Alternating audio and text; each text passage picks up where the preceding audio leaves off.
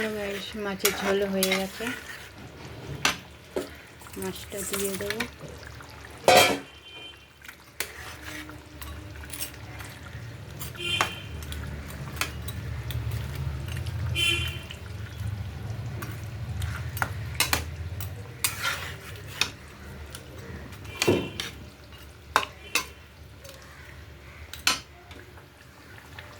এখানে ফুলকপি আলু তরকারি হয়ে গেছে।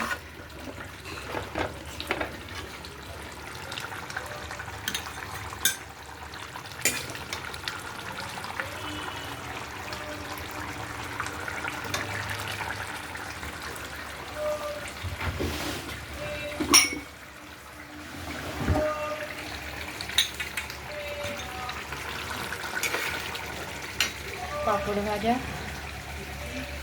এখানে রুটি, ভাত,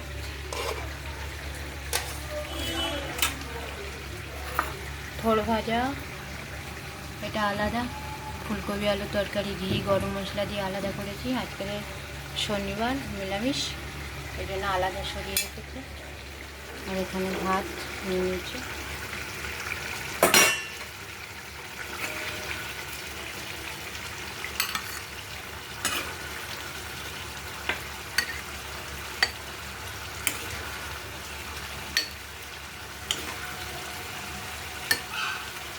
কেমন হয়েছে? ভালো লাগলে একটা লাইক কমেন্ট করো।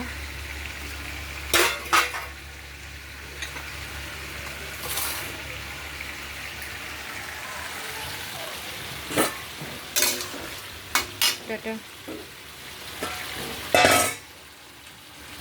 তো লাইক কমেন্ট করো, আর এরকম আমার পাশে থেকে নতুন নতুন রেসিপি আবার আপনাদের দেখাবো। দাদা দিদি ভাই ছোটো বোনটার পাশে থেকো।